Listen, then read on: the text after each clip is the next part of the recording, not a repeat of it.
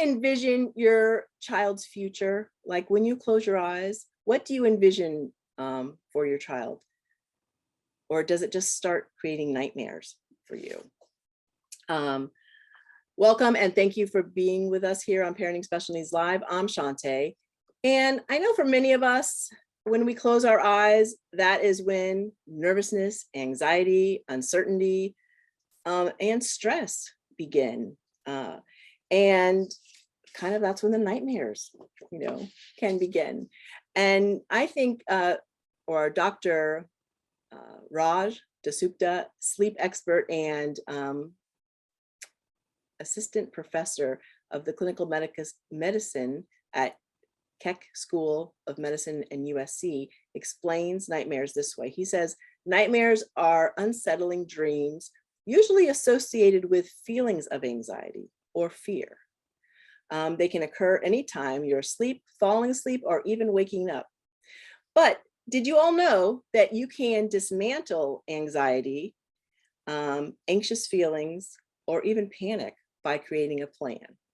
So today I've asked Eric Goll to share with us and talk about life plans.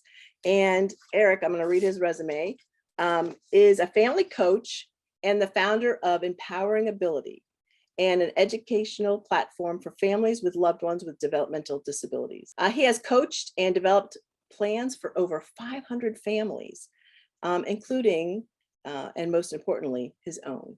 Eric's work was inspired by his sister Sarah and his own family's journey. So today I asked him to come and share with us about life plans, why it's important, and biggest challenges.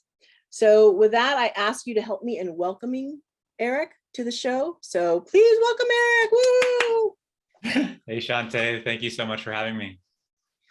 Thank you. So Eric, can you kind of explain a little bit like, what is a life plan?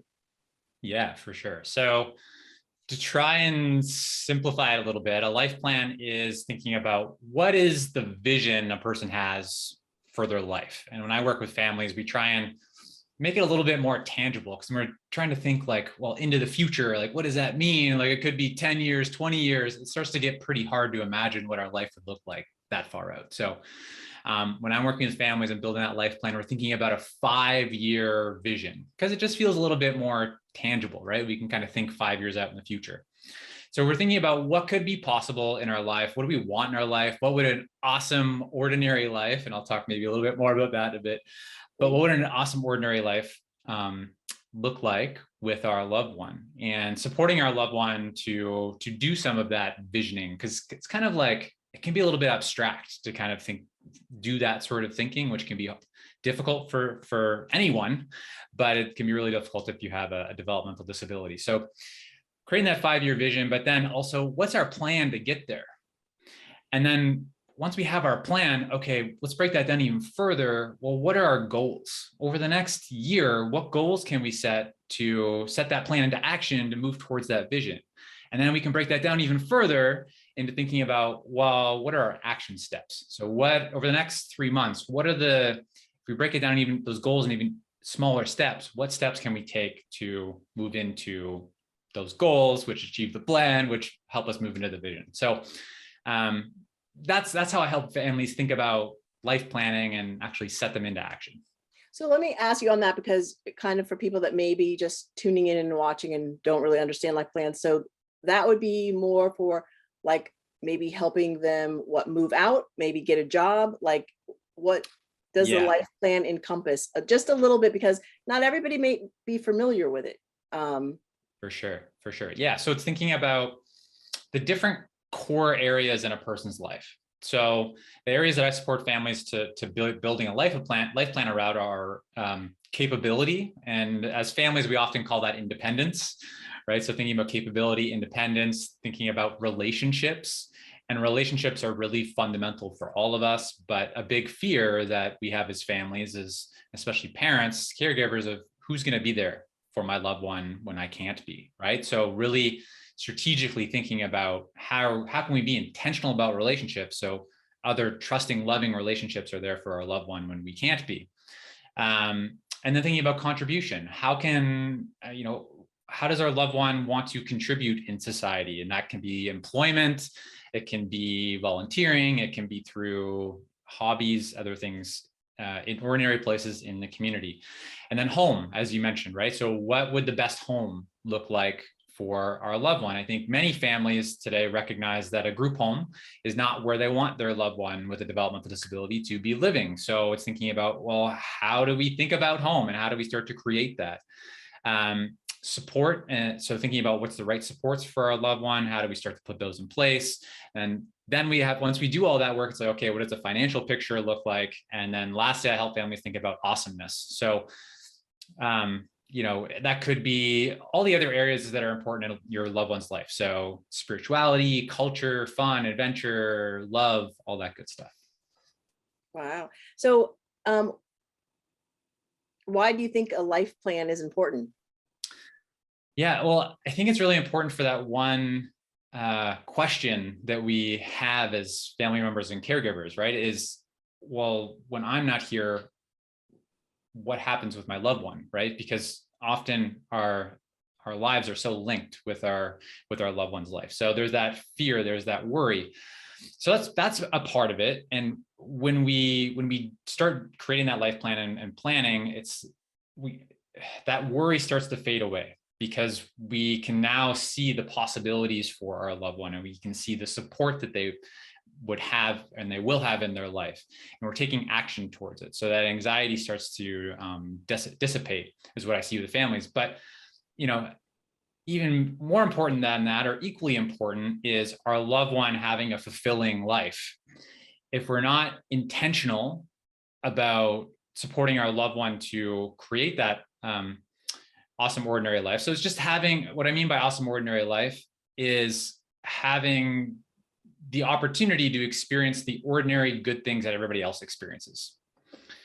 And people with developmental disabilities are often pushed into that special needs world, which is day programs and other group homes, other things specifically created for people with developmental disabilities. So if we're not intentional about thinking about what the best life could look like with our loved one and helping them move in that direction, they're pushed into that special needs way of life and that more institutional way of life. And there's better. Yeah. So what are some of the results? And I have to share, because I've been following you a little bit, and you guys, I reached out to Eric because I like what he's doing, and I want to try to put a plan together for my own daughter. So, but I like what you say sometimes when you say just an ordinary life, like what would a 25-year-old want to do? And so actually my daughter's turning that age pretty soon. And but I stopped and I thought, like, okay, now granted, some of the things like a typical 25-year-old, it might not appeal to her, but like, what could we do that would be awesome and ordinary? So I love that you say that. So thank you. So anyways, but back to what are some of the results that you've been seeing from families, or what are, some of the challenge? I think that's a two-part question, but what do you find when you're working with people, with families? Yeah, let's go to results first. I don't know. That sounds more fun than challenges. So a big one that almost all families that I work with experience is their loved one's independence growing. So often it's just easier for us as families to do the thing for our loved one because we're busy, we've got a lot going on, it may take longer, we may have to, provide support. So helping families to make that shift to support their loved one to grow, to gain more capability, to become more independent. So that can show up in terms of, maybe their loved one taking more responsibility for their self-care, could be getting up in the morning, going to bed at night, making more meals either for themselves or, even some families that I'm working with, their loved ones making family dinners. So just taking more responsibility around home is really a common result that I see amongst families. Another one that more and more families are starting to achieve that I'm working with are creating support circles. So a support circle is just being really intentional about relationships, bringing in those loving, trusted, relationships, not paid relationships, but freely given relationships, to be intentional relationship with your loved one, and over time to cultivate that into those people that are going to be there for your loved one when maybe you can't be. So a lot of families are making progress in the relationship front, and some families have been making progress in terms of the home piece. So a few families that I've been working with over a little bit longer period of time have helped their loved one to create their own home. That's typically a little bit longer term goal, just because there's a lot of things you got to put in place typically to make that happen. But families that I'm working with are starting to get there, which is really awesome to see. So just some examples of some results. Yeah, I have to say too, I was just really excited that I had someone I could kind of, that would guide me as in my own personal life. Like I'm excited that there's at least like you've worked with people and you have steps that I could follow. I was excited about that. So just to be transparent, everybody, I signed up for his course. He does sell a course. We didn't even get into that, but I haven't had a chance to actually start executing anything, but I'm planning to. So I'm excited about that. But I wanted to bring it to you all because of the fact that I think that it's so important. So thank you for the work that you're doing. Yeah. What are the biggest challenges that you're finding? Sure. Which I think I just mentioned one. Yeah, just a quick comment on what you said there, Shante, is that I applaud you for what you just said, because the coach in me can't just let what you just said go. So when we say we're going to do something amongst people that we know will support us, it actually increases the likelihood that we do it. So the likelihood of you continuing to go through the course just increased. Like, I don't know what the actual number is, but probably 40 or 50%. So I'm excited. I mean, I want to, I think it's awesome. So I want to try, I want to put the things in place because I see that it's necessary. And especially, well, the different areas that you brought up in the circle of support, because I can see that ongoing. I mean, because life changes, you know what I mean? And you've got to have, and if you do have support people that you're paying, they change too. So you've got to have some things in place. So I'm there. But I mean, I know not everybody that we're talking to is there, but anyways, but I appreciate it. So that's why I wanted to bring it to everybody's attention, because they could at least start talking about it. So, or thinking about it. Right. Just starting the thinking is kind of the first step, but then starting those conversations, and even conversations within your own family, is so important. I think that's where a lot of the progress happens that I see with families is, especially when a family commits and engages to doing the Lifeplan coaching program with me, is that those conversations start inside of their family. And often as families, we're not on the same page, right? One person's thinking this way, another person's thinking this way. Often, the person that's doing, in our families, often one person will be doing most of the caregiving. Usually that's mom, right? So mom will have, these are just the patterns that I see, right? So mom will be carrying a lot of those responsibilities and will have a lot of the knowledge. And then the rest of the family just relies on, that mom or that one person, right? So what I see is families, it's a whole educational process really for the whole family, which is really powerful. And like that one person, and, calling it mom, doesn't necessarily feel like she has to carry all that weight, because now other people are gaining more understanding, and everybody's starting to move in the same direction, which is really powerful. And I think that's really important too, just from my position, not even just in my own family, but because you're right. Like if something were to happen to me as the main caregiver, the things that I hope for her, or I've been working for her whole life, might not be what everybody else picks up on. And therefore what would happen to her life, it might not be the same. So I think that's important to everybody to have a conversation, and even outside the immediate circle, I would think, because like other relatives that might come into play, aunts and uncles, they kind of have to know what page you want, right? Or what your plan is, because you never know, life happens. So not for me, please. For sure. And I still need some time, Lord. You got lots of time, Shante. Let's hope. And like to your point, when you're engaging those other folks and you're inviting them in, whether it's an aunt or an uncle or another sibling or, you know, a really good friend, you know, what I invite families to do is ask those folks for their ideas as well, and ask them how they might want to be involved. Because when we share our ideas, when we share our ideas, we just sign ourselves up, right? Like we become more committed, we become more engaged, because it's like, well, my input was considered, I was heard. I really like that idea because my idea, like, let's make it happen. So yeah, that's a good strategy to start to pull people in. Yeah, no, I like that point too. That's a good point. So yeah. So you mentioned challenges. So do you want to dive into challenges? I do, please, because I think I know, but I want to hear from you what they are. Yeah, for sure.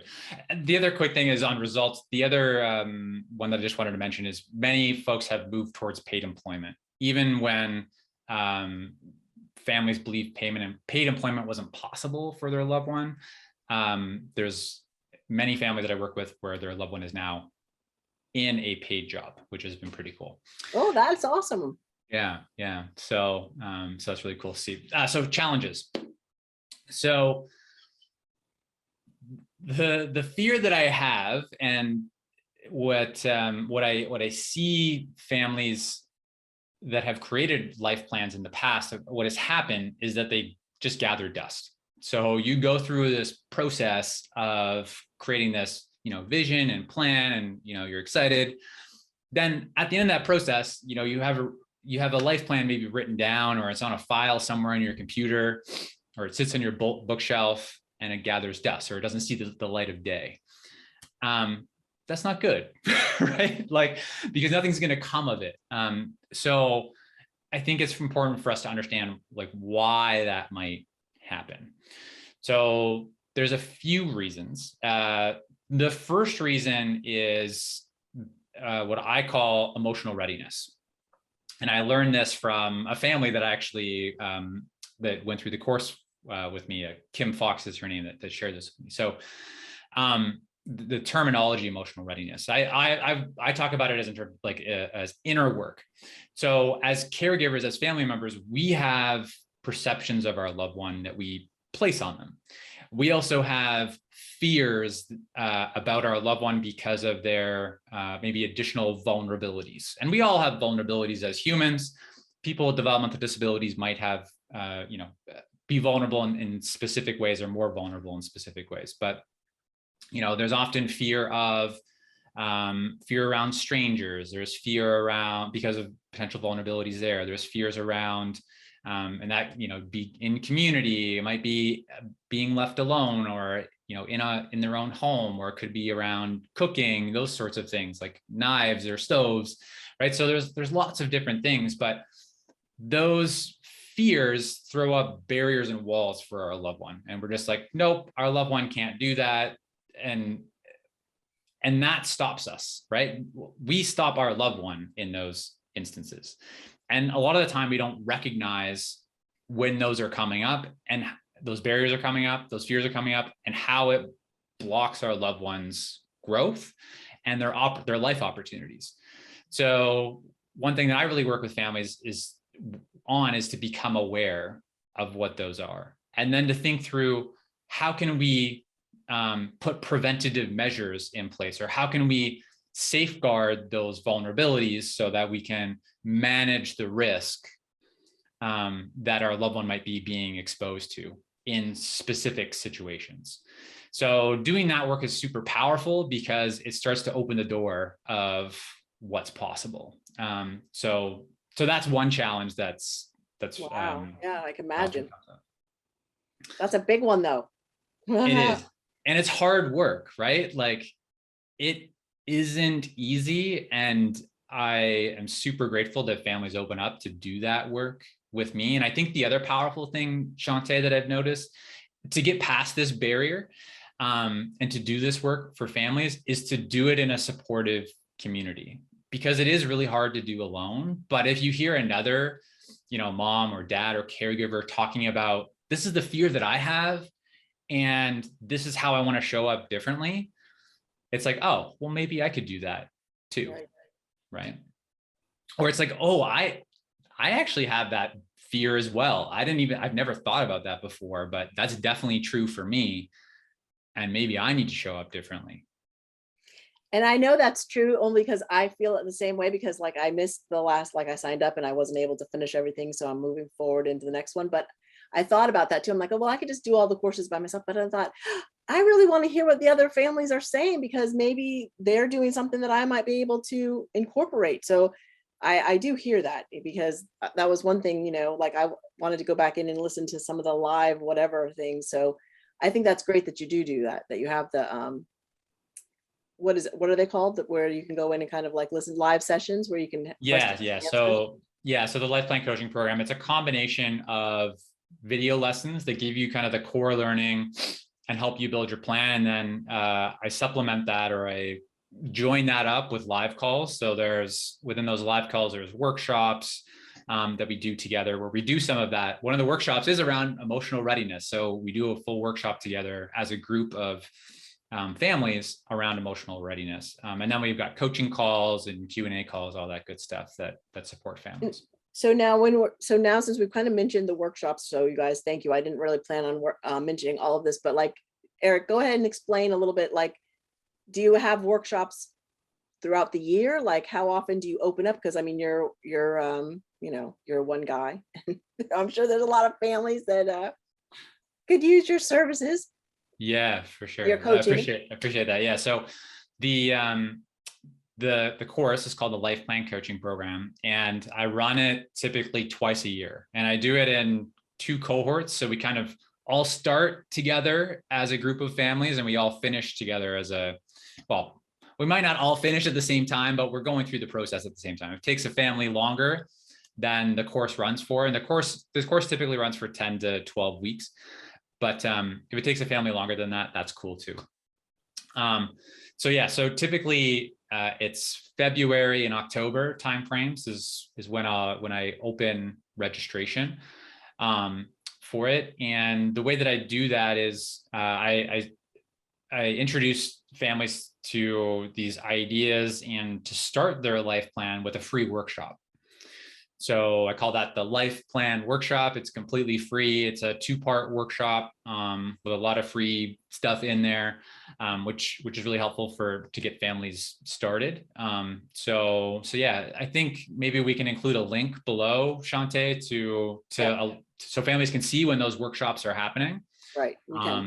And register for those free workshops for free. And then, yeah, families get value to that free workshop and they want more support, then the Lifeplan coaching program is definitely there for them. Yeah. And I have to say, and you opened my eyes to even thinking differently on a bunch of things. And that's why I was like, oh, I want to reach out and talk to you, because I don't normally, we don't have a lot of people that I go after and say, hey, I want to promote, but I did feel that way with you. So I'm glad to be able to kind of put it out there, and I'm excited to take the course. So yeah. I'm going to wrap it probably up. Is there anything you wanted to say that I didn't say, or that we didn't ask about or talk about? Yeah, there's just maybe one other thing I wanted to talk about in terms of the challenges that families bump up against with life planning. And I think, is it okay if I talk about that for just a minute, Sure. Shante? So yes, yeah, no. One of the challenges is that the suggestions and opportunities that are presented to us as families are in that special needs path. So it's like, there's this program for people with special needs. There's this program, there's this day program, in terms of home, it's like, there's this group home. Those are the options that are presented to us. So it's really helpful as families if we think about, well, what are all the things that are possible? And one of the ways that as families we do that is that idea of thinking ordinary, which you talked about, right? So however old your loved one is, if they're 25, what are the ordinary things that any 25-year-old would be doing in your community? And let's think through that lens first. Right. So, where might they be living? What might they be doing? So, I don't know, 25-year-old, maybe they've got their first apartment with a roommate. Maybe they have I don't know, one of their first paid jobs, or maybe they're in their second job, whatever. Maybe they're continuing their education, right? They're hanging out with their friends. So I want us to think through that lens. And then it's helpful to hear other people, the stories of other people with developmental disabilities that are on that ordinary path, and what they're doing, so we can see those examples of possibility. So I think that's really important, that think ordinary piece, and maybe that's a good place to wrap us up. Yeah, no, I think it is too. Think ordinary, because that opens up the possibilities. And I love that, so, well, I can't thank you enough, Eric, for being with us. And so I also want to say, remember everybody, when I started this off with the nightmares. So it's kind of like, don't panic, we have to plan. And that hopefully will help us eliminate the nightmares that we all feel when we close our eyes. We'll have a plan, so we'll know how to move forward. So Eric, thank you again for being with us, and thank you all for being here with us on Parenting Special Needs Live. And in case no one has told you, you are doing a good job. It's hard work. Be good to you. I'll talk to you soon. Bye.